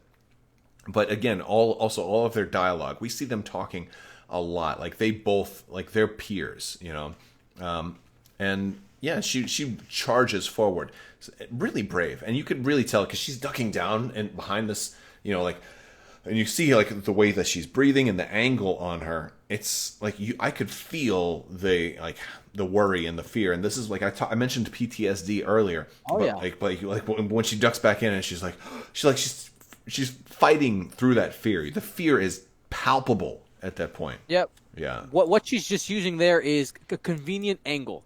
Yeah. That is what's saving her at that very moment. Yeah. That is it. Oh, and I love the whole "come to mama" line right here. Oh, it was absolutely beautiful. Like it was absolutely wonderful. So I love that. While that all is going on, you've got these. You actually got the guys engaging in melee combat. And here's one thing that's like a minor thing for me, but I thought was really cool is that the villagers didn't start whooping up on these guys. They but they were kind of holding their own. Like they show like the first two guys. I think it's the first two guys from the beginning. They get in there and like they didn't initially beat this pirate dude right away, the Klatooinian, but like they were at least able to dodge some of his attacks. So it's like, hey, you know what? 2 days of training doesn't turn you into like a warrior overnight, but it gave them enough that they were at least able to stand. That's why I think going back to the training montage, I think that was a couple weeks. Like I think that was a decent chunk of time. It makes sense. It makes sense for it at least to be 2 weeks. They became real competent, and I think the way you justify it is they spent some time on this. I think they would have had to. That makes a lot of sense because at first, the first thing what we talked about there may have been a time jump, like from when like the baby Yoda's in the crib and stuff. I don't think that was a long time jump because him and Cara Dune, that was a short one. That was maybe a day. Like, hey, show up. Yeah. We'll talk to you about the village. You guys can go out and survey the land in the morning. It may have been just a 1 day thing. But yeah, I think after there had to have been a minimum of a couple of days, more likely at least 2 weeks. I think for training. If you want these people to be able to fight in combat and they would know that. Yeah, so that makes sense. It also kind of lends to the believability that there could be a blossoming romance, or at least a caring between these other two characters, between Mira and the Mandalorian. So. Oh, yeah. I like that. We get a really cool little sniper scope shot where Cara Dune finally gets a shot inside the eye of this thing, which is great. And again, it's more just visual stuff. Like shooting through the eye hole isn't necessarily a debilitating shot, but it looks cool. And then you see like the panel hang down. It's like almost trying to blind the beast, right? It's it works on multiple levels here because also you did get into the interior, and I'm sure you caused some damage in there. Right. You get some type of power coupling, any type of wires in there. That's where you're getting sparks. And we know that that's a powerful weapon. That's the one that disintegrates. No disintegrations, right? We know that weapon does. We know that weapon does some damage. So it evaporates people. It does. And so what's it going to do to the interior of this thing? Yeah, it's going to do some nasty stuff. Of course, that prompts them, like enrages whoever's driving to lean forward to really try and get her. And that's why it's stepping forward, because it's trying to angle. It's trying to get that view on her. It finally gets too close, sinks down in, and this is kind of where we get that. Like, it crashes, but it's not instantly destroyed. But Mando comes up, wastes no time, chucks that the other egg timer in there. This one's set to 3-second delay. And goes. And that's this is kind of why I brought up the egg timer thing earlier, because I think that's exactly what happened here.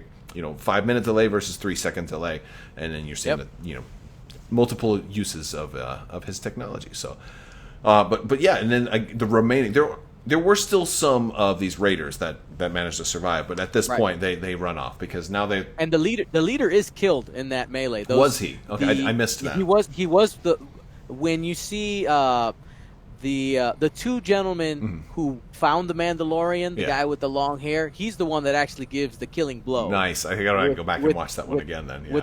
With the spear. Which is just like some satisfaction because that guy kind of came off as a little wimpy. Yeah, well, that's why he needed the gun, right? Oh, well, or the trainer too. Well, they were like almost a little. He was funny the one too. that was like, where Cara specifically tells him no, flip this around. Yeah, it was make sure you actually stab, and you actually see him give that killing blow through his chest. That's all good stuff too. Like if they had to do.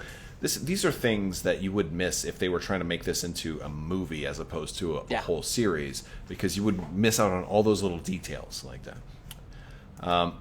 And so then we kind of then we fast forward. Now at this point, this is where we have a time jump.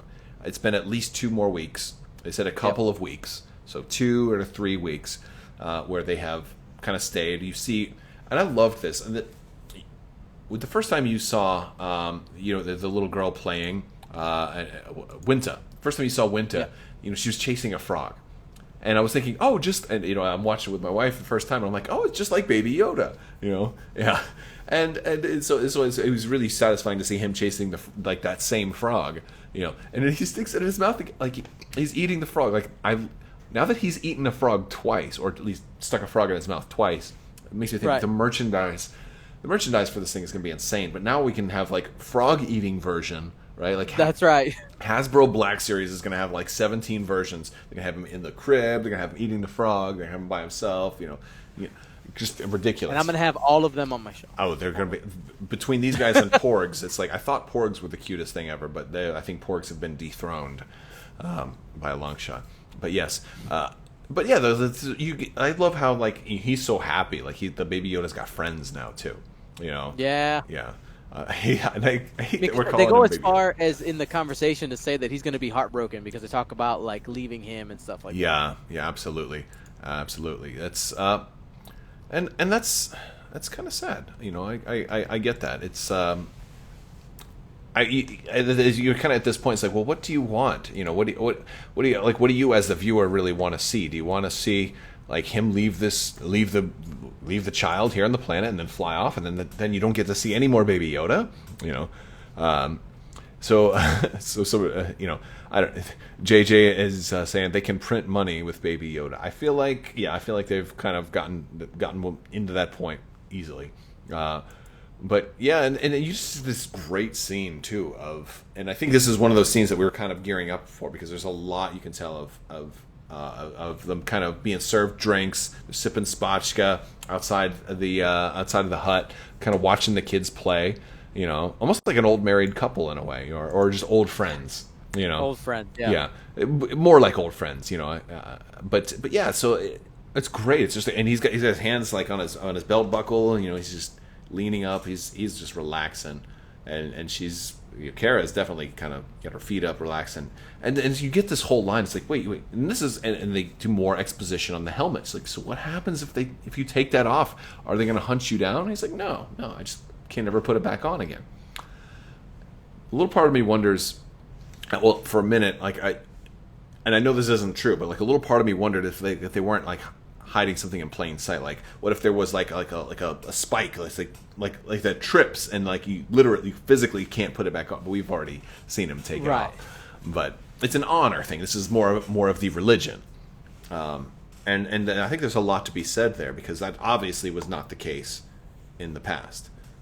So it's kind of sad. But like, she's like, wait, you're telling me you take it off, nobody's going to hunt you down, and you have to sit here and settle down with this widow? And like, so obviously during this time jump, there's been some more romance, or I don't know if you caught it, but there's Cara does this little like this eyebrow thing right before she says the line about the widow. Mm-hmm. It's just it just adds this little bit of spice. It's beautiful. Like, it's really good. It's a friend just like digging an elbow into you. It's just it's fantastic. I didn't realize that Gina Carano was that good of an actress. People might not know she was a UFC fighter. Yeah. Which is why she was able to do the fight scene. And I'm sure that was all her too. Or whatever. Yeah, she was incredibly fit. Like I think she put on some weight for certain roles. Like in Deadpool, she was a lot very bulky in Deadpool. Yeah. But like I saw some of her older stuff, she was like really slimmed down for certain fights and stuff. So it's interesting the level of physicality she brings.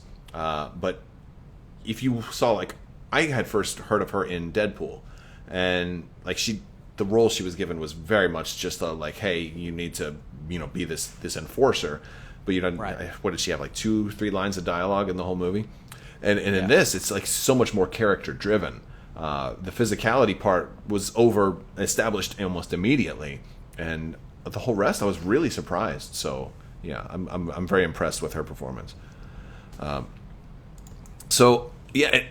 There's another thing I want to talk about, because I really think he wanted to stay. You get this scene where where Mira goes to try to take off the helmet, and we kind of saw this in the trailer originally, where like we didn't know if this was a flashback or him, like, I think when a lot of people saw this for the first time, you're like, oh, he's kissing his wife goodbye so he can go hunt bounty, right, or something like that. Right. And so it's not that, but it's part of that is kind of true, because there's obviously a connection between the two. But she goes to take the helmet off, and she actually gets it about 1.5 inches up, like before he stops her.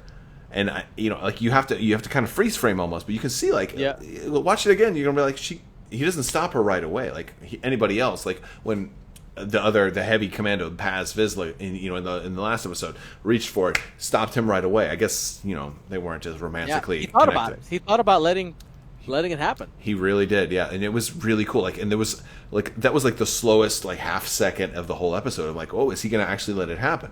And she got it kind of up, and then he had to stop her. And it's like, no, I can't be that selfish right now. And of course, you find out why right after this, because hey, he's still got to be on the run, because you got a bounty hunter creeping up, And every Star Wars fan who's watching The Mandalorian at this moment goes, they wouldn't. Oh, yeah, the crosshair right on the Baby Yoda. Well, I didn't think there was a second they were going to show, even though this is a grown-up show, I didn't think... Not that they would show it, but that they would kill Baby Yoda. I didn't think at all. What I was afraid is that it was going to be too much of a fan service, and Baby Yoda was going to stop the bullet with the Force. That's what I thought was going to happen. And a la Kylo Ren? Yeah, exactly. Like it was a little bit of a, in episode 2 when he kind of stopped the Mudhorn, it was a little bit of a what? Okay, is he that was a tremendous thing. Granted, dude's 50, right? Right. Granted, we could give him a little bit of that, but there was also a purpose to that, because they had to tell the audience something they didn't already know, and Right. it also adds throughout a whole bunch of extra questions. But you shouldn't, still a baby shouldn't be able to beat a sniper, right? Right. So like I love that it was Cara Dune behind him that did it. Again, that's another classic kind of trope, but it was done really, really well. And again, one more time, her being MVP. So she beats the Mandalorian at the beginning, right? She pretty much stops the AT-ST all by herself, and then she saves Baby Yoda. She's a trio of superhero plays in this episode. So I loved it. So then that's really the catalyst. He's like, sorry, I can't leave, because he was going to leave Baby Yoda there, and he would have been so happy. And gosh, I love his little potato sack that he's wearing. Like, so cute. What is this thing? He's adorable. He's absolutely adorable. And then they gotta go. They're gone. I gotta shout out. As much as I've been saying Cara Dune is like the MVP, I think the real heroes here are all these kid actors who had to play with Baby Yoda and keep their mouths shut for a year, right? Oh my God! Yeah. I mean, because this was a real puppet. You imagine having to keep your mouth shut, and you're a kid, a kid. Like the parents probably had to drug them like for a year straight, just morphine every day. Just. I'm sure that NDA is this thick. I'm sure. Yeah, something like, hey, you got the new Switch and Xbox. You're gonna lose all of that if you say something. Yeah. That's right. You all have to be homeschooled, or something. Well, maybe that was the thing. Maybe they had to recruit kids that deliberately don't have that kind of access. I wonder if there's but yeah, like that's just crazy. Or maybe they used just a totally different puppet for those scenes because the kids only had to react a certain way. They just had to say it's something really cute, Right. Maybe they used an Ewok puppet and then just CGI'd it out or something like that. But yeah, I mean CGI is amazing. They can do you can do almost anything you want, except for get rid of Henry Cavill's mustache. Yes. Yeah. but yeah, no. So yeah, like just a great kind of riding off into the sunset kind of deal. Yoda's sad, but he seems like he's still got that optimistic look on his face. So I love it, and that's okay. Yeah, and that's kind of like where the episode ends. So I got a couple of like closing thoughts, but Go for it. I guess like the first question is, have we seen the last of Cara Dune? No. I don't think so, because they say until our paths cross, and I guess some of my closing thoughts I kind of jumped into earlier. I don't think I think the scene of the trailer with her, the heavier machine gun, I think we're going to see that again. Looked a lot. And I haven't been watching the trailers again because I'm trying to keep my mind as spoiler free as I can. But it looks very similar to the same type of heavy machine gun that Paz Vizsla, that big Mandalorian had. And like, wouldn't it be cool if you see like an all-stars lineup at the end, and like the big Mandalorian falls and she picks up his gun, and goes, like, that would be really cool. But from the chat, Dale says Cara and IG-11 will both team up with the Mando. Like, I think that's a possibility. Although, if IG-11 does, I think they're going to have a reckoning beforehand. They'll have to. You shot me in the head, dude. Yeah, and it could be funny because IG-11 was he had so many cool one-liners too about the whole initiating self-destruct. Like, he was a meme too, Right. Or maybe he just gets reprogrammed and doesn't remember it, and he's just like, yeah, I had a head. You don't know anything about what happened to my head, do you? And you're like, no, I must have been one of those. So there's ways they could do that, but I think Cara Dune is the more likely one. If I could only pick one, I would pick her, but I would love to see them both come back. And then the other as the episode closes, that I'm worrying about is Mira, the mom. Like, is she just going to be like the end game goal for the Mando? Maybe are we going to see like an episode 8 season finale? He does the thing, stops the bad guy, or whatever, goes back to Sorgan, this planet Sorgan, and then finds that village is now dead, and that's where we, but there's like a note left behind: "You'll never find me," signed Grand Admiral Thrawn, or something like that, right? Like, something ridiculous, like but are we going to learn more about her backstory, because she obviously, she was married before, right? She was a widow, right? What happened to the dad? Is the dad maybe like the antagonist? Or is he going to be a villain that we have to fight? Right? Who knows? Could he be maybe Moff Gideon? It's possible. The daughter was kind of light brown skin, so like you could swing that a couple of different ways. Wouldn't that be a really interesting plot twist? Although, might be a little bit too convenient. Might be a hard sell. But like that would be. There's so many doors they can open with that. But those were like my two real big questions at the end of the episode. So, a couple of things that I am almost convinced of. Okay.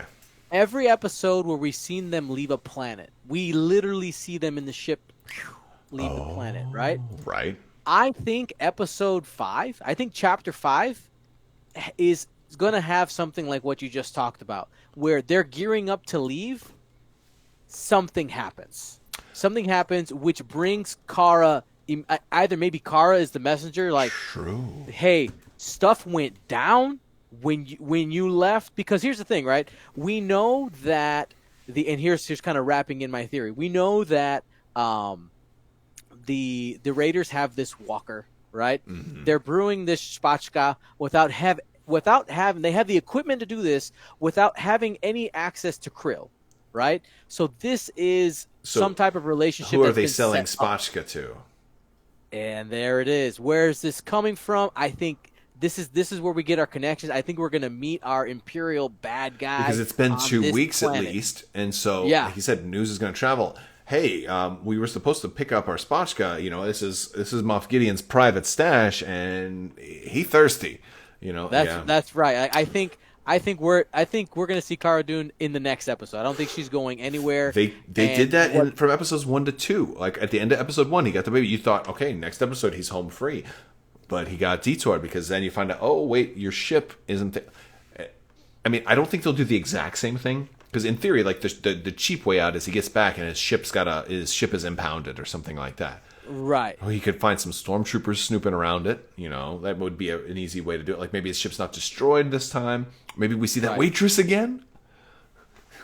Since he did Imperial the whole time. or oh my goodness, what a great spy playing the dumb role. But also it would be really funny if those same Jawas traveled through space. So Nick J's like Jawas took it apart again. It would be nuts. More suka. Yeah. There's no more eggs. I killed the mom who laid the eggs. That would be really funny. But no, like it would be really. I think we're going to see Carl Weathers again. I don't know if he has to come back. It doesn't have to be this season though. It could be as a future thing. And then with Carl Weathers in the last chapter 3 said when they asked when the Mando asked who had the fobs, he says everybody. Yep. He says everybody, and like he said it in such a way that it was very there's future repercussions for this for sure. Right, and then Cara refers to the guild earlier in the episode, so you know that this is not just like located on a single planet. The Bounty Hunters Guild is vast, which is why we end up seeing this random bounty hunter trying to take out Baby Yoda in the middle. Yeah. And it was one of my earliest questions too. Is like, who sent IG-11? After episode 1, you're like, who sent this guy? And then you kind of it starts. I love that they're answering questions as we have them too. Maybe not, but they're answering a lot of them. They're doing a really good job of that so far. Which is it's just really it makes it satisfying when you watch an episode that answers like at least one really deep question you have. Like it's a level of satisfaction I hadn't had in a while. And that's great. And then on top of that, doing all the new cool things and asking new questions too is also cool, especially if they're questions that you're not as worried. Like I don't really need to know, Cara Dune's backstory or Mira's backstory right now. Like that's something we can wait, for season 2, even if need be. Like I'm fine with that.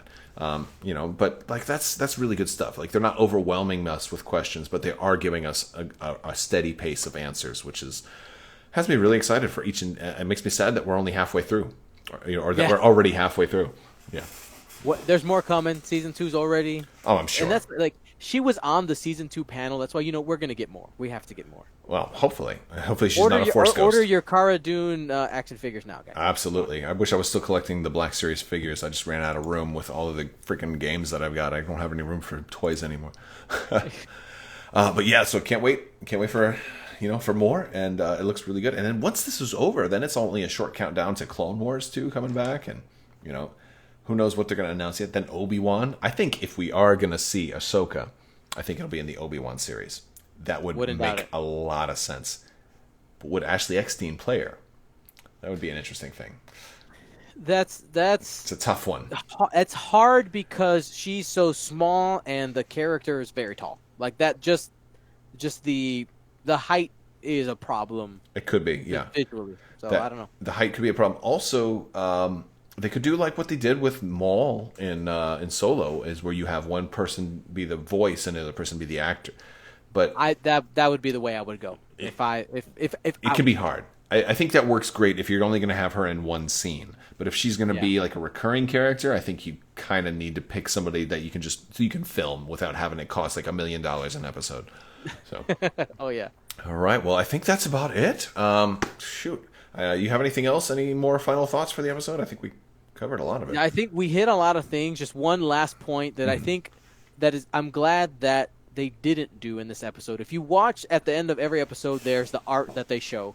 And it looked like from the concept art that originally they had the Raiders kind of modeled after like Native Americans. I'm not sure if you guys noticed that. There was a little bit of that, I think. Yeah, I'm really glad that they didn't do that.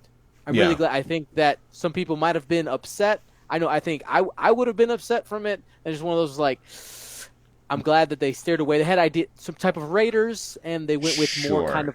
If you look back at frontier, it kind of fits certain stereotypes of like frontier villages and things like that, of things that we have seen from like movies from the 50s and 60s, and the things that are just inaccurate.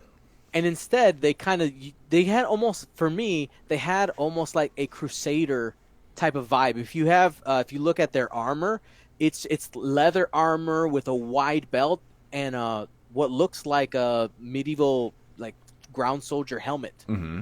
It was pretty cool. So I had a little bit of like Crusades feel. Well, it's more also the fact that it was that race, like I don't want to call it a Jabba's race, but people who are allied with the Hutt cartels and are known gangsters and known pirate type characters. So it was like an appropriate race to use. It was also recognizable, and and like everything that they were doing just does things that you will like. If you had to say, hey, what would you expect? And they did the same thing with Hondo Anaka, who was also that race was also at Jabba's palace. They were the skiff guards and stuff like that. So you're taking familiar races, putting them in familiar roles, and able to tell a story a lot. It's an easy sell to a Star Wars fan that way. I love it, man. Thank you so much for having me on. Thank you for coming on. You guys, be sure and check out Gold Squadron Podcast. We'll have links in the description below. They should already be there. But yeah, great X-Wing content. You're setting the bar higher and higher. Thank you for coming on. Thanks for hanging out with us. And I think that's about it. So thank you guys also in the chat for hanging out with us and asking your questions. Hopefully we got to as many as we could. I want to thank you guys so much as always, and have a great day.